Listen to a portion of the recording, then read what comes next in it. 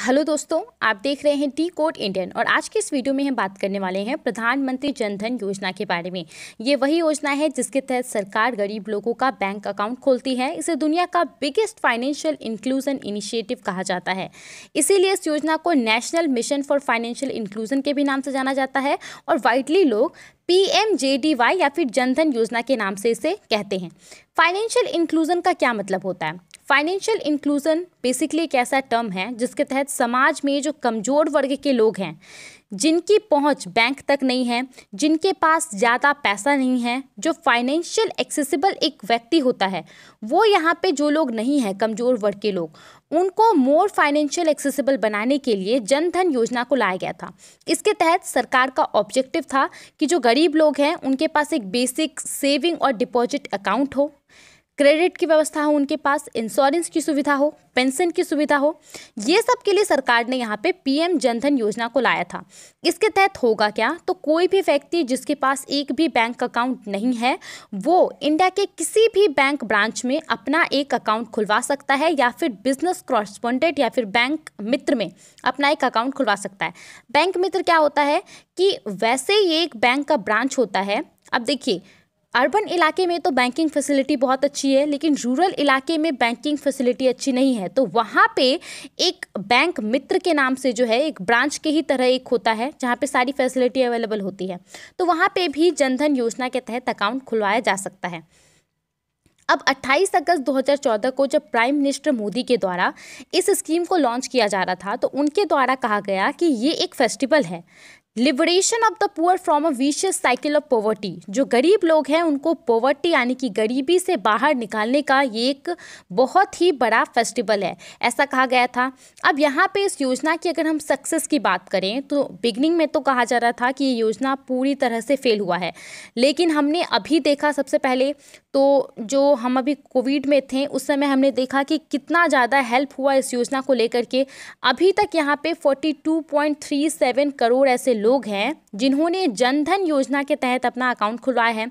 इसमें तकरीबन 1,43,00,000 पैसे भी जमा है। बिगनिंग में कहा जा रहा था कि लोग खुलवा तो ले रहे हैं क्योंकि ये जीरो बैलेंस होता है, आपको खुलवाने के लिए कोई भी पैसा नहीं देना पड़ता है, बस आप आधार कार्ड से अपना बैंक ओपन करवा सकते हैं। तो ये भी क्रिटिसिज्म सरकार को झेलना पड़ रहा था कि ये तो जीरो बैलेंस अकाउंट है, इसमें तो पैसा ही कोई जमा नहीं कर रहा है, बस खुलवा के रख ले रहा है अकाउंट। तो यहाँ पे अभी तक सो फार 1,43,00,000 से ज़्यादा पैसे यहाँ पे जमा हो चुके हैं और 1.26 लाख जो है बैंक मित्र भी ब्रांचलेस बैंकिंग सर्विस यहाँ पे प्रोवाइड कर रहे हैं लोगों को। ठीक है, अब यहाँ पे जानते हैं बेनिफिट के बारे में कि क्या क्या मेन बेनिफिट है। सबसे पहले इसकी बेनिफिट क्या है कि इसके तहत जो है सेविंग बैंक अकाउंट लोगों का खुलवाया जाता है, वैसे लोगों का जिनके पास एक भी बैंक अकाउंट नहीं है। ठीक है, एक तरह से आप कहें तो यूनिवर्सल बैंकिंग सर्विस प्रोवाइड करने के लिए हर किसी के पास एटलीस्ट एक बैंक अकाउंट तो होना ही चाहिए। सरकार ने इसी एम के साथ इस पूरे स्कीम को डिज़ाइन किया। दूसरा यहाँ पे है कि आपको कोई भी यहाँ पे रिक्वायरमेंट नहीं है कि आपको मिनिमम बैलेंस जो है प्रधानमंत्री जन धन अकाउंट में रखना पड़ेगा। ठीक है, यहाँ पे कोई भी एनी मिनिमम बैलेंस यहाँ पे रिक्वायर्ड नहीं है।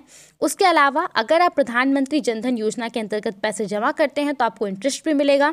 इन सब के अलावा यहाँ पे एक आपको डेबिट कार्ड भी प्रोवाइड किया जाएगा जो कि आपको बहुत मदद करेगा और साथ ही में यहाँ पे इंश्योरेंस कवर की भी व्यवस्था की गई है 1 लाख रुपए की। बिगनिंग में ये 1 लाख रुपए था, 2018 के बाद से क्या होता है, सरकार इसको बढ़ा देती है, 2 लाख रुपए कर देती है। ओके, इस सब के अलावा यहाँ पे ओवरड्राफ्ट की सुविधा है। ये सबसे अच्छी फैसिलिटी है मेरे हिसाब से। ओवरड्राफ्ट क्या होता है कि अगर आपके अकाउंट में पैसा नहीं है और अगर आपका अकाउंट जन धन योजना के तहत खुला हुआ है तो आप 10,000 रुपये तक का यहाँ पे पैसा ले सकते हैं। ठीक है, इन सब के अलावा देखिए सरकार ने और सरकार की बहुत सारी स्कीम है। डायरेक्ट बेनिफिट ट्रांसफ़र, इसके बारे में आपने ज़रूर सुना होगा। कोविड के समय में प्रधानमंत्री गरीब कल्याण योजना को सरकार ने लाया था। ये योजना जन धन योजना के बिना सफल नहीं हो पाती। इतने सारे लोगों को पैसे भेजे गए, महिलाओं को भेजे गए, बुजुर्गों को भेजे गए, पेंशन भेजे गए। तो डायरेक्ट बेनिफिट ट्रांसफ़र अगर ये फैसिलिटी नहीं होती जिसके तहत सरकार तुरंत जो बेनिफिशियरी होते हैं उनके अकाउंट में पैसा भेजते हैं तो बहुत दिक्कत होती। सबसे पहले तो डायरेक्ट बेनिफिट ट्रांसफ़र है, ये इसे आप एक सक्सेस के भी रूप में ले सकते हैं। दूसरा है प्रधानमंत्री जीवन ज्योति बीमा योजना। ठीक है, जिसके तहत जो है एक बीमा योजना है ये भी बहुत अच्छी है। सरकार हर साल आपके अकाउंट से कुछ पैसे को काटती है, ठीक है। इसके अलावा है प्रधानमंत्री सुरक्षा बीमा योजना है, अटल पेंशन योजना है और मुद्रा स्कीम है। तो ये यहाँ पे तकरीबन 1 2 3 4 5 6 यहाँ पे स्कीम है जिसके तहत जो है आप लाभ उठा सकते हैं अगर आपका जनधन योजना है, ठीक है। तो ये सब बेनिफिट थे यहाँ पे। आप इस योजना के बारे में क्या सोचते हैं, हमें अपना ओपिनियन जरूर बताइए। इस योजना को कैसे इम्प्रूव कर सकते हैं ये भी हमें बताइए।